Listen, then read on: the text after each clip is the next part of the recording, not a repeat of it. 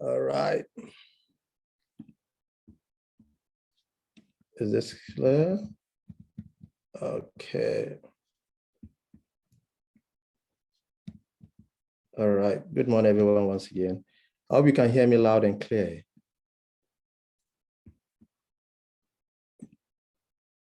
Hello. Hello. I can hear you great now, Pascal. All right, that's fine. Good morning, everyone, and many thanks for making time to be part of this two-way conversational format for potentially exploring basic income implementation and its potential impact in Africa. So we'll be looking at the case of Ghana. So I'll be your speaker for this session, and it's going to be a two-way conversational format. My name is Pascal Landin-Domenavele. I'm a postgraduate researcher at Teesside University and the director and founder of Mind and Health Foundation. I usually like to start my conversations with a quote. This is a special quote from Dina Miller, who says, "It's difficult to imagine that basic income would be helpful to everyone's mental health, not just those individuals with psychiatric disorders to be freed from the worry of earning enough money to survive." As we delve down into this session, we'll begin to unpack some of the essentials of this quote as being put up there by Dina Miller. So the format of today's presentation will go in this format. We'll be looking at a brief introduction of myself and what I do. We'll take a look at an overview of Africa with Ghana as the main focus for discussion and why there's really the need for a basic income trial. We'll take some few reflections from existing cash transfer programs that existed in the case of Ghana. And then the conversation starts from the breakout rooms where we'll be taking some bit of insights from some questions that will be posed to each and every one of us on this stage, and then we can pick that from there. We'll proceed to understand the implementation process, what's going to be the potential impact of this trial, the limitations, and we'll look at some findings from the Namibia trial, then we can take some questions and answers. Yes, so to start by introducing myself a bit more. So as mentioned, I'm Pascal Landin-Domenavele, Ghanaian by origin, currently based in the UK. I've got about 10 years of excellent healthcare delivery across Ghana and the UK, involved in nursing, some form of teaching over the past period of time, quality inducement program. Yeah. Yes, quality healthcare delivery in the case of Kenya. So my professional activities have been basically in Ghana and in UK. I do what I do, not just for the monetary aspect of it, though it's very important, but basically for passion. And I personally have been involved in some bit of activities regarding UBI purposely for because of passion. As Hamid gave out yesterday, having spoken about the case of the Peace of Mind project, which I also very much contributed to, that I'm very proud of. Just to share with you a bit of some passion around what I do. I think that I'm very passionate about basic income. And for me, from my personal perspective, I believe that the implementation of basic income across the globe is obviously going to be the best way forward for us to be able to have an idea that would change or manifest into reality, as we discussed as the main theme for this workshop. So I founded a company known as Mind and Health over 2 years now. So Mind and Health is a non-governmental organization, which is basically a foundation located in Ghana, with 3 core mandates of providing health service delivery to its populace. So the main core mandates for the organization are research, advocacy, and consultancy services for its populace. Though we are quite a young organization, I must admit that over the period of time, there have been very great impact in society. And for me, my major aim has always been on the reflective side, which is much emphasized on creating an impact. And I'm very sure that every one of us here are part of this movement of basic income because of the impact that we all trust that it possibly could manifest in society or humanity at large. This is the board who are responsible for some decisions making regarding the organization. So we cut across gentlemen and ladies with diverse speciality from various parts of the world, ranging from Ghana, the UK, Czech Republic, and some parts of the world. We have the management team who are also responsible for the day-to-day implementation of strategies regarding activities and services for ISPO Place within Ghana.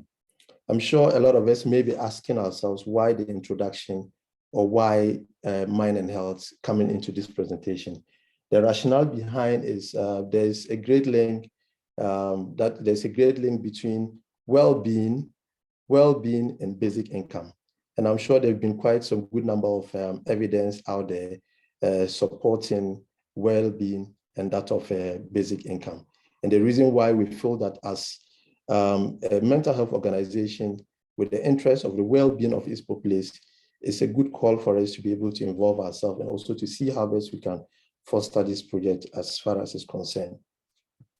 Yes, so to go very much into details of our conversation for this morning, the focus is on Africa. The presentation is in Africa with Ghana as the focus. Not in an attempt to start a geography class now, but I'm sure quite a good number of us would be a bit clear with the map and how it looks like as far as Africa is concerned. As we know, it's the second largest continent in the world with a very youthful population. However, unfortunately, there seems to be huge inequalities within this continent where there's so much hunger and poverty within the continent. I'm sure a good number of us that have been part of some few presentations, especially in the case of South Africa presentation that just ended, would have realized that we have very much context-specific issues regarding the inequalities that exist within our continent and why we think that this is a very great call for us to look at. So as mentioned, the focus of today's presentation will be on Ghana, as you can see on the map here with this arrow pointing there with Ghana as. Again, Namibia is also shown on the map here because I'll be discussing some findings from the Namibia trial, which obviously would have some bit of a context-specific interest in the case of Ghana. So Ghana is one other populous country, if you take Nigeria out of the list, within the West African sub-region, with over 31 million population within the country. We have about 16 regions administrative regions across the country. Of these administrative regions, colors highlighted here: yellow, Upper West, Upper East, which is Bolgatanga, and the Northeast region, and the northern part are the most vulnerable communities, regions within the country. That is where poverty is so much. I sometimes ask myself if indeed it is something that is universal, but my observation is that there seems to be a lot of poverty across most northern part of the countries that are visited. I stand to be corrected, but that is from a personal observation from the few countries that I've visited and looking at some few inequalities or disparities when it comes to poverty. So the contents here is going to be on Upper West region, which happens to be one of the poorest regions within the country, and why I would have to be exploring some potential trial of basic income in the case of Ghana. So the question we're asking ourselves is why a basic income trial? I'm sure this is quite a very interesting question that a lot of us would have known answers or would have had answers to. But it is very clear that a lot of us are actually campaigning for a universal basic income or a basic income to be introduced in most part of the world, simply because of the level of poverty that is governed by society in today's world. From personal perspective, I believe that there's enough in this world to be able to actually meet the needs of every humanity. But the questions we ask ourselves is, why is it that there's still so much hunger there's still so much poverty. On a daily basis, we see growing impact of household poverty. Thanks to COVID-19, unfortunately, it has revealed a lot more of the inequalities within our societies and the level of poverty that exists. Issues of economic activity becomes an issue in situations where individuals are not able to provide for themselves a meal within the day. Malnutrition is very common in a lot more of these poverty-stricken communities, which is manifested in part of the regions that I actually projected in the previous slides. As mentioned, with the focus why mind and health was introduced in the beginning slides, obviously hoping that with implementation of basic income, individuals' well-being could be promoted. Now, there are some schools of thought that suggest that the implementation of a basic income is not a best option, simply because these schools of thought believe that there are individuals within, poor people cannot manage resources. And hence, once you're able to give people some amount of cash, which is unconditional, it becomes difficult for them to manage it, and it becomes a waste to humanity. Whereas other schools of thought think that, again, as a criticism, once you receive unconditional amount of money on a daily basis, what that probably means is that the individuals are not going to be interested in work. They may stay at home and begin to enjoy this money, which they may consider as some form of booty. Well, at this stage, it is for you and I to be able to ask ourselves, or better still, to put an answer to the question as to whether these criticisms really play a role or it does not really play a role as far as the potential implementation of a basic income is concerned.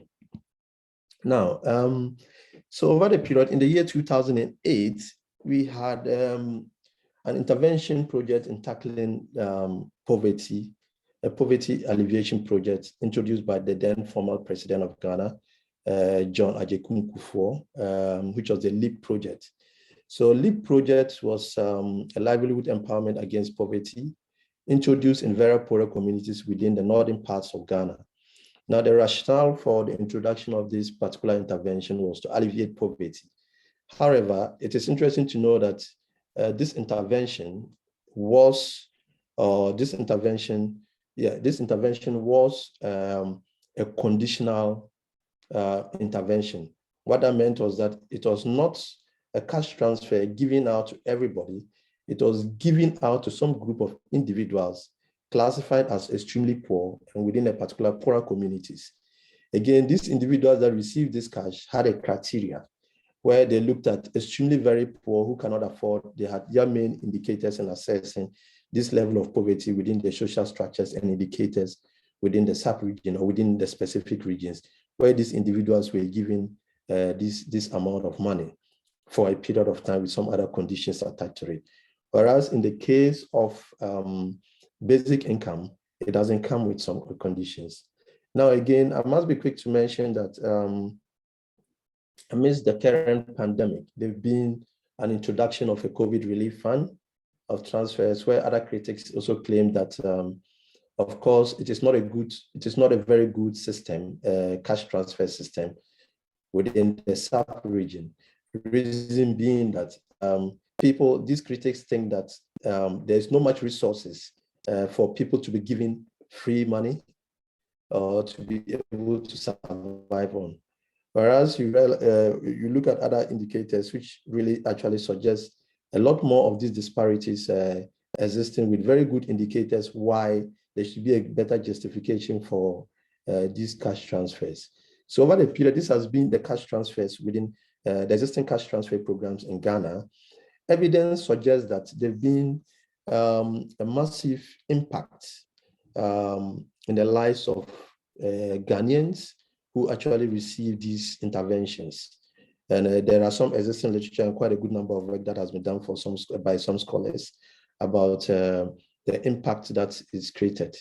This impact resulted into high enrollment in school, some reduction in poverty, a boost in the economic activity within those individuals, within those communities that actually receive these livelihood empowerment interventions within the period.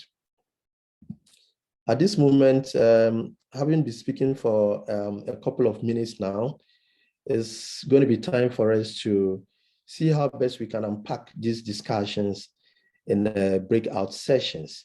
So I would wish that Tim puts us into 3 groups, into the group out sessions where we'll explore these contexts and feedback for us. So the first is going to be looking at identifying and discussing potential funding sources for basic income trials for lower and middle income countries. What are the potentials, or what are the ways through which lower and middle income countries would be able to actually fund these potential basic income trials, and also recommend strategies for basic income policy inclusion in lower and middle income countries. The aim is not to be able to just try basic income, but the major aim is having this idea come to reality, that we've tried enough of these evidence. There's existing evidence that really suggests that indeed the basic income are very good initiatives or interventions towards sustaining or alleviating poverty within the sub-region. So without wasting much time, I would suggest that Tim can just put you into the breakout rooms for 10 minutes. I would suggest you get a team lead who would feed back to the whole group, and we can pick up some few discussions around this. I may pop into some of these rooms as the discussions progress. Okay, lovely. Thank you, Pascal. I'm just going to assign them automatically, and then I'll just be hanging about in the main room in case anyone needs me. All right. Thank you very much, Tim. Okay, here we go. All right. Cheers. So Pascal, I think it's sending you, it looks like it's sending you to room 2, but you should be able to move between them. Okay, that's fine. No problem at all. Let me know if you can't. Yeah, that's fine.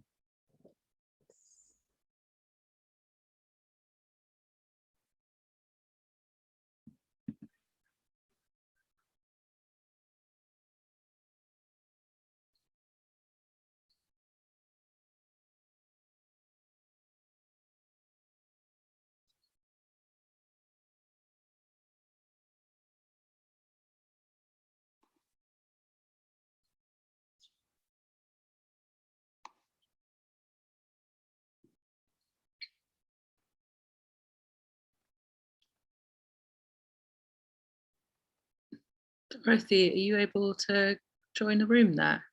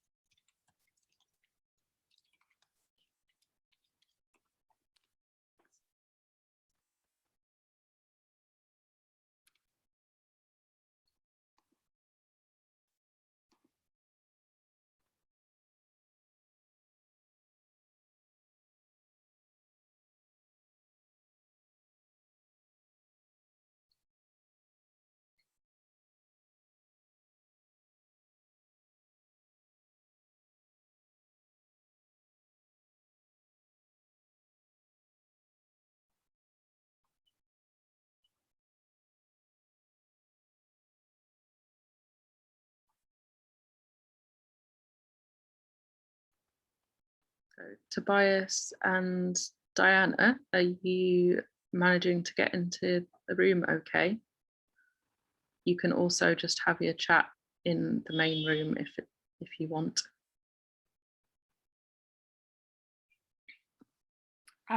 Thanks. Maybe I'll wait for everyone to come back from my end. Is it okay? Yeah, so we've got Tobias in here as well, and you were both randomly assigned to a room together. So you're welcome to talk and then feedback if you want, but I'm sure, it's not compulsory. Okay. Thanks.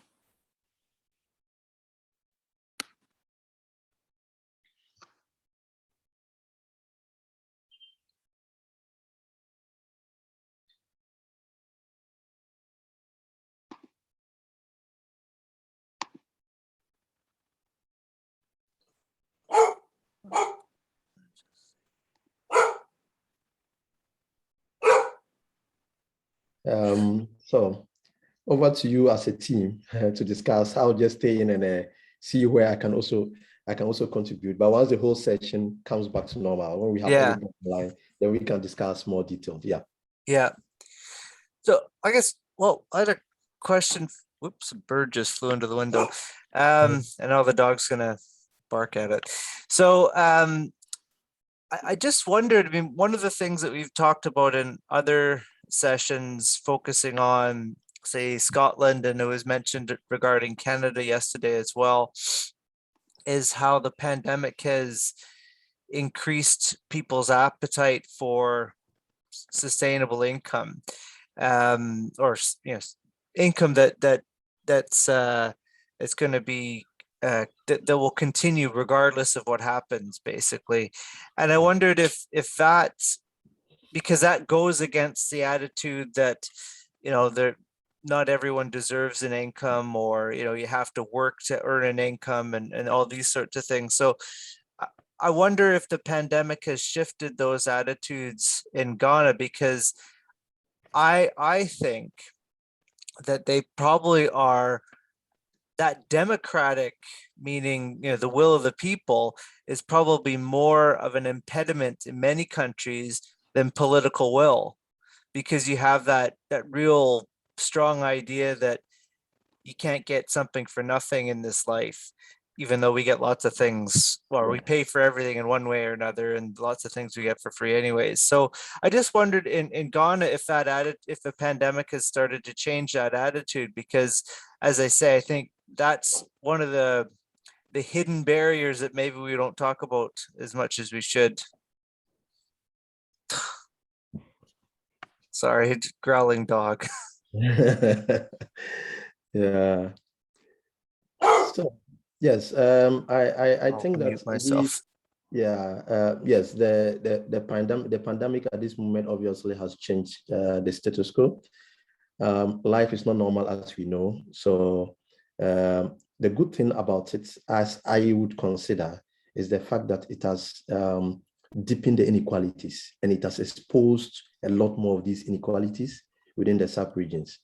So I think in last year, when the pandemic broke in, there was a bit of a lockdown just for a couple of weeks, not as compared to the case of the UK. Now, within the period, I can tell you that the level of poverty was very much clear to the eyes of everybody. So you had political leaders sharing foods on streets just because individuals could not do their work to be able to get, and that was an indication of the level of poverty that existed. I'm sure within the case of the UK, we will not see quite a lot of these things. I will not say that, yes, there are no inequalities, but even prior to the lockdown or during the lockdown, we didn't really see a lot more of this level of wide inequalities as compared to the other places. So yes, it's changing the mindset and the status quo. I don't know if that answers your question to some extent. Yes, the dog is freaking out, so I'm gonna have to sort her out. But yeah, that does help. I'll be back in a minute. All right, that's fine. Yes. Okay, I think probably 10 minutes of discussion time is up there. Are you ready for me to bring people back from the other room, Pascal? I am. Yeah. Okay, right. Let's bring them back. Yeah. Okay, so they close in 60 seconds. I'm trying to share. And then we've got about 35 minutes left of the session. All right. I'll just get a quick feedback, and we'll quickly finish up, and I'll take some quiz questions from the Perfect. Yeah. Okay.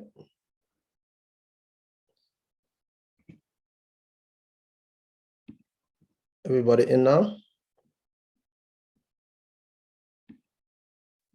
Tim, is everybody in now? Yeah.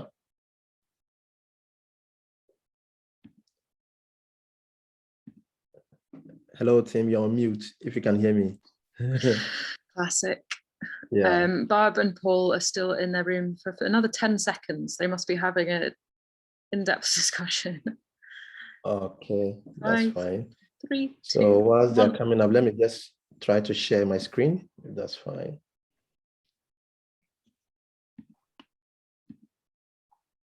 So that I'm should sure it's be everyone back now.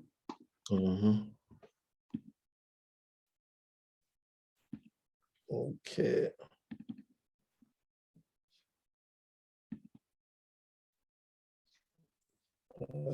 Right. Okay. So welcome back, everyone. I guess everybody's in now. So is it all right to just get some feedback from the respective groups? We'll just move in a chronological order. So from group 1, if someone can share with us a brief insights about what your discussions were like. So I think group 1 was Matt and Fabian, who was having connection trouble and seems to have dropped out. Okay. I can feedback to group 2. You're group 2, yeah. Do you want to? Okay. We'll go for you, Paul. Yeah. Okay, we didn't discuss all of this, but I'll give a few of my thoughts. That Barb was in the room with me, and she knows how I think. We were talking about how to fund a basic income in Ghana and maybe all over Africa. The main organization that is giving out a basic income in Africa is Give Directly. So I think to get Give Directly into Ghana more and suggest a basic income rather than just cash transfers is a good idea.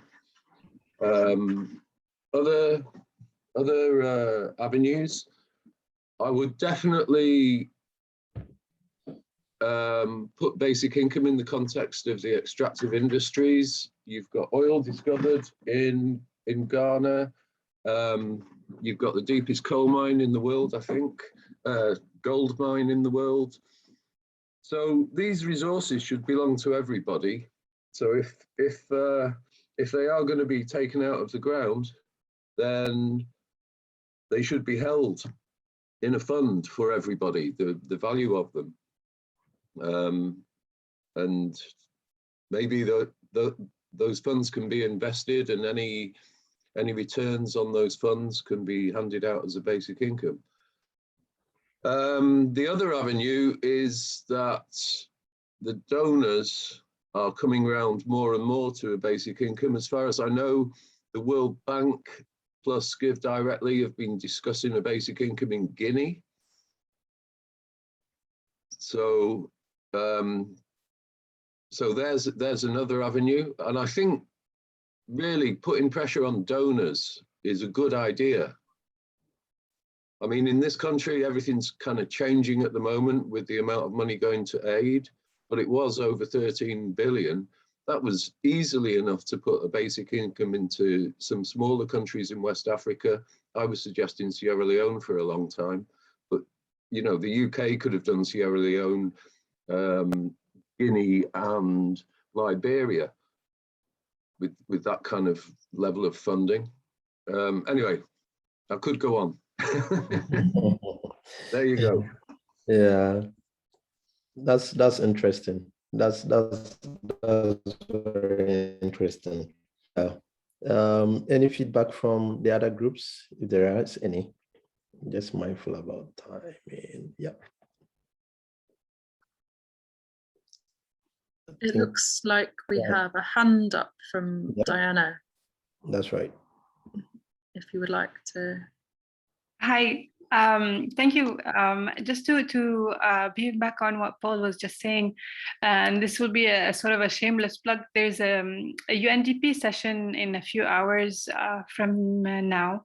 It will be a plenary actually where there are several UN agencies, including the World Bank and the IMF, who are presenting sort of their thoughts on being engaged on basic income. And I mean, basically, it's the discussion on you know, the involvement of the international community in the global South and basic income. So it might be something of interest. others. And for myself, I'm involved in the question of basic income and peace building. So in post-conflict settings. So I sort of was very interested in the presentation, and look forward to sort of perhaps being engaged. I am also presenting my paper on the topic later today also. So perhaps we can be in touch also later on. That's exciting, Diana. Definitely I'll be in touch, yeah. Did you have any feedback from group 3, or there were basically 2 groups?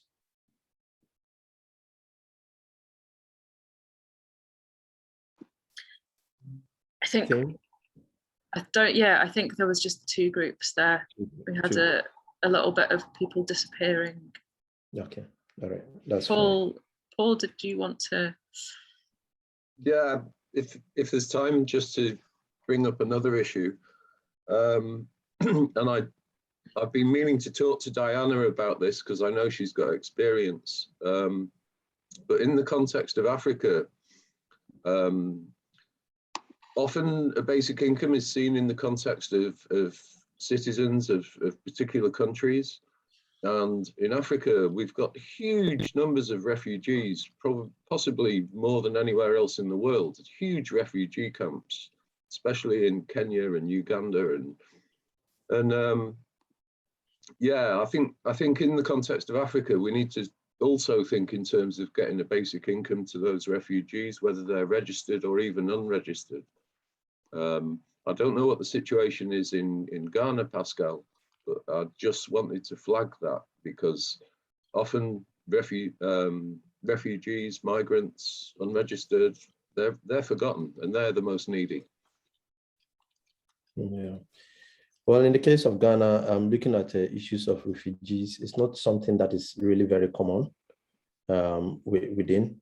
In most situations, a lot more of these individuals that come from neighboring countries into Ghana, in most situations are treated like Ghanaians, very much hospitable country. So you don't tend to see these disparities within the country, and easy identification of individuals as being refugees or migrants from within the very sub-region. So it's not really something of a case that is very common to see. Yeah. Okay.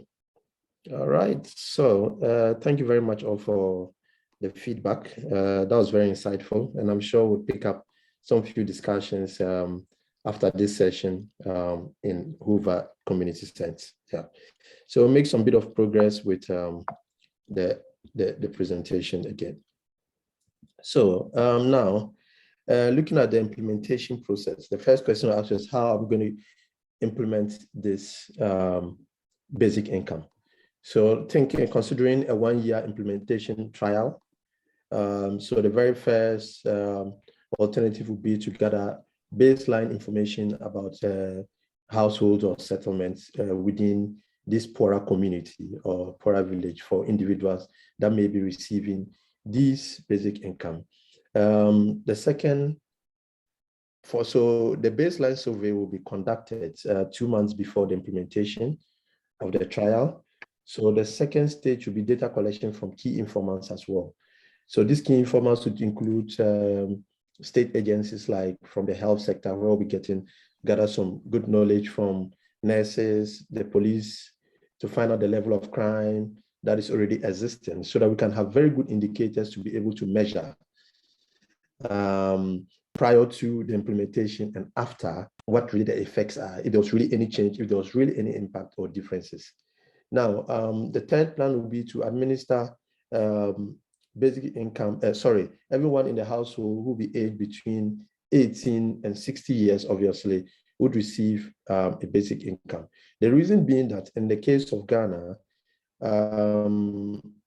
you are considered an adult at the age of 18 years. It could be a bit more universal, but some country specifics. You are considered an adult at the age of 18, you work till the age of 60, retirement age is 60. Now, after 60 years, you become, you are left on the mercy of your relatives to look after you. And before 18, your relatives look after you as well. So it's assumed that any effects given to these age groups has an impact in anybody below and extremely elderly people within the communities, and the reason for considering this age group. So finally, we want to administer basic income to the poorest village. The poorest village obviously being the most vulnerable communities and where there's so much household poverty and all of that you can think about. So after implementation, what next? What do we expect? You obviously will need to see, has there been an impact within the process? So go back to the previous indicators where we're looking at the baseline survey to see number of households that we're giving basic income, data collection from the key informers again to see, have there been improvement in the well-being and health of individuals, level of malnutrition that was probably reported. Is there an issue? Has there been a change in the issue of nutrition? Issues of crime, have there been high crime rates after the implementation of basic income? Issues of education, have there been high enrollment? So this could be some key indicators for the impact assessment. Then we could go ahead to get some case studies of beneficiaries to get a clear picture of the impact assessment through a two-way conversational format to be able to have this all done. So like any other implementation project that comes up, there are obviously, it has got its own limitations or challenges. So in the case of Ghana, I have decided to group these limitations into two-way format. So looking at the structural limitations and the process limitation. So the structures looking at based on managerial related issues or issues of governance. So where we feel that there probably could be some level of political interference, where some individuals may be a bit more reluctant in supporting the mandate of this or getting the will of some politicians to be able to back this because of the main idea of having this idea come to reality. Because a lot more of these critics of basic income in recent times, evidence suggests a lot more have come from the political front. So now process limitation, there is the potentials of conflicts around area of eligibility, where individuals may think or may ask themselves why they are not chosen, because it is not everybody that lives within a particular locality that has an idea that one particular locality may be poorer than this particular locality, especially when it has to do with cash transfers unconditionally. So this may be some potential limitations that may arise as a result of the implementation process. Now, looking at the potential impacts of the basic income trial, it is emphasized that basically there should be reduced household poverty. As we know that there is huge inequality within a setting or within the system. We believe that with the implementation of, there could also be impact around economic activity, increased economic activity as a result of individuals having some amount of money to be able to buy and sell, and also go into some form of entrepreneurship or income generating activities. And all this could trigger to the fact that individuals are able to have some bit of food on their table, so actually reduce the level of malnutrition, which is very common within the sub-region, as we often would observe. Once there's implementation, there's a potential impact of families being able to make time for their kids and enroll other people into schools, volunteering groups, and all these basically would go to actually improving well-being of the people within the local community. So having looked through the Namibia findings with Africa having very similar indicators, I would say that indeed, from the Namibia trial, the evidence that was established indicated an access to healthcare by the people within those rural communities that basic income was tried. Prior to that, individuals could not even go for their antiretroviral drugs. Individuals who had HIV/AIDS, they couldn't access basic or couldn't pay for basic healthcare services as a result of that. But findings, the evidence revealed that there was an increase to access of healthcare, which brought about an increased income from the clinics or from the clinics that the communities actually access these services from. There was also significant reduction of crime within the Namibia setting, and also a decrease in transactional sex. That was a bigger issue for members of the community. And by and large, the issues of poverty within this household had dropped significantly. So believe that with the implementation of a basic income in the case of Ghana, there are very likelihood that there are these potential findings that are very replicable in the case of Ghana when tried using a very similar model or probably even the same model. So I would say that at this moment, I would end with a quote by saying that whether a universal basic income is the right model, that is a debate we'll be having over the next 10 or 20 years. This was a quote from Barack Obama. But indeed, I feel that we don't need to be having this conversation over the next 10 years or 20 years, but we need to be having this conversation now. So in the next 10 to 20 years, we'll be able to really appreciate that the conversation that we started now has actually yielded the desired fruits or benefits that we envisage in the 10 years or the 20 years to come. So I would say that it is time for us to really have this conversation now at this moment and see how best we can all be an impact of change within our specific community.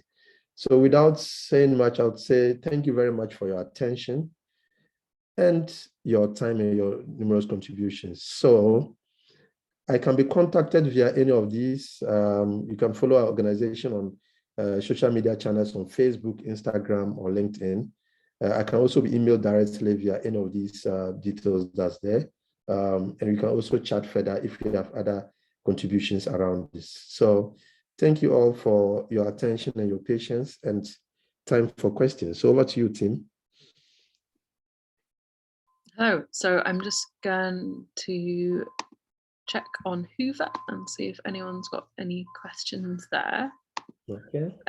But also I think we can do it by, yeah, so if you've got any questions, you can type them if you in the Q&A on the session page for Pascal, and I'll go and grab them, or equally, if people are comfortable with it, you can put your hand up on, the little hand up function on Zoom. There's a hand up by Paul. Yeah, let's have Paul first. Okay, my question, Pascal, is what have been the impacts of climate change in Ghana over the last few years? And the reason I ask that is that another way for you to get a basic income is for the international community to get its act together and keep the fossil fuels in the ground, and what little is allowed to be extracted could result in a basic income for the whole of the world. Yes, that's I can give you more details, but yeah, what is the impact of climate change? Because that's really where a lot of political pressure can be put internationally. Yeah, that's an interesting question, Paul. Thank you very much for such a question. To start with, the issue of climate change is the effects are really seen very clearly, but unfortunately, it is not an issue of conversation. Climate change is not talked about. For instance, in the case of Ghana, there have been a tremendous impact on the rainfall patterns resulting from climate change. So previously, the farming seasons within the time was a lot more. We had a lot more rainfalls than we have in recent times. And a lot more of these farmers actually relied solely on rainfall patterns to be able to cultivate properly. So there have been issues of food insecurity within the system over the period, which obviously is a great impact. Issues of hunger, and hunger obviously issues of malnutrition, or manifesting as a result of the effects of climate change. But these are not things that people may see. They may just consider as the fact that we don't have rainfalls, and hence we are not getting enough food or crop production. I don't know if that answers your question, Paul. Yeah. Thank you. Okay, so I think Barb, you had your hand up first. Yeah, no, this relates to a big question here in the UK, which is between basic income and basic services. And I was just wondering, would there be a kind of conflict, say, with providing good sanitation versus a basic income, or, you know, free education, that sort of thing in Ghana, do you think? Personally, there could be some level of conflict, but the concern comes when we look at the rate of the conflict that may arise. I'm sure we agree that issues of poverty really trickles down and affects even the mindset of individuals. So here, what that means is that in issues of basic income and looking at social services, thankfully, Ghana is doing very well within the sub-region, and we've had quite some good number of interventions introduced by past and present governors. So issues of education now, we've got free basic education for its population. We've got national health insurance in Ghana, which is free for its population. It's just for a subscription for a very negligible amount, almost about a £2 equivalent for a yearly basis to assess healthcare and basic healthcare. So if you look at these kind of interventions that have been put in by previous governments, so issues of conflict when it has to do with cash transfer, or better still giving unconditional funds to individuals, may not be something very much realized. I don't know if that answers your question. Yeah, that's great. I was just also thinking of, like, say, the pilot in India, where they club together with their basic income to, you know, provide some sanitation that wasn't there before, or that, you know, that might also be an impact. So a friend of mine recently visited Ghana and just said that, you know, there was the big divide really was in, you know, people who had money had the sanitation, and people who didn't have the money didn't have the sanitation, you know, didn't have proper facilities. So, but thank you. Yeah. That's a very good observation. It's very prominent to see in a lot more developing countries when you visit. It's very much clear to see. A lot of my friends in the UK who visited Ghana, that has always been the first comment. Pascal, right. I see a huge disparity. The very rich are extremely very rich. The very poor are very poor. Yes, that is a very common thing in most parts of the developing countries, but it's also seen here as well. I lived in Leeds over a period of time, which is not too bad. Having moved to Middlesbrough, where I'm currently based, I can see a huge gap. And I'm sure for a lot of you who would have visited this part of the region will tell about the level of poverty and what really the environment, immediate environment tells as well. That you will not see that in most parts of London as well, and maybe even Leeds and Manchester. So that's a very common indicator. Super, thank you. All right, thank you. Thank you. Okay. Diana, it's up. Off you go, Diana. Thank you. Pascal, you mentioned something interesting earlier, the fact that refugees are quite well integrated and accepted in Ghana. And I thought that was a quite interesting point, because it would make the task of having a universal basic income easier or simpler from that respect, at least. It is not the case for many other countries hosting refugees, that refugees are in fact well integrated, and sort of there's no major discrepancies. And in fact, very often refugees are seen, let's say, for example, in the Middle East, which I focus on, refugees are sort of seen as taking the jobs of local residents. And so the question of transferring cash only to them is quite sensitive. So I just wanted to raise that, given that it's not the case in Ghana, that's sort of an advantage. Yeah, I completely agree with you. That becomes a huge advantage. Yes, I must admit that Ghanaians are very hospitable people. over the period, some neighboring countries that have been involved in some level of conflicts found very good home and shelter in Ghana. And for those of us on this platform who probably would have Ghanaian friends or known some Ghanaians or individuals that would have visited Ghana, one of the very key things they will mention is the hospitality of Ghanaians. So that makes obviously a cash transfer system very much easier. These individuals are allowed to actually enjoy a lot more of most of the social interventions, and they very much integrate very well within our setting. So obviously, so Ghana being a model with an implementation of a basic income trial probably could be a boost for the rest of Africa, if I'll put it. Yeah. Yep. Any other? Let me stop sharing this. Yeah, we've got 5 minutes, so we've probably got time for one more question if there are any. Mm-hmm. Yeah. I'm just going to have a quick check back on Eva as well to see if anyone's put any on there. Okay.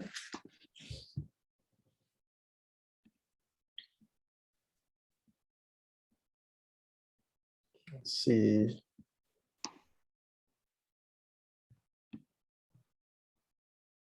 I think Paul's hand is up again. Yeah. Yeah.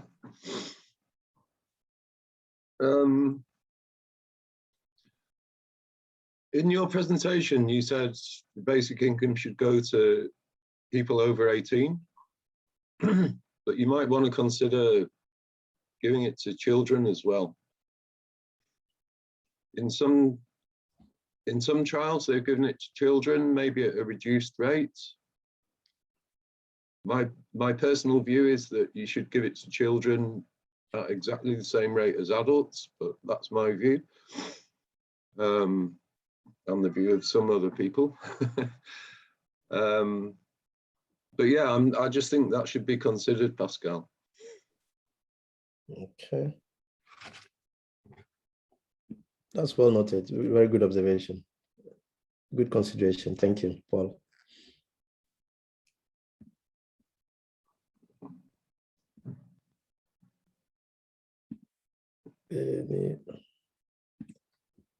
Any other?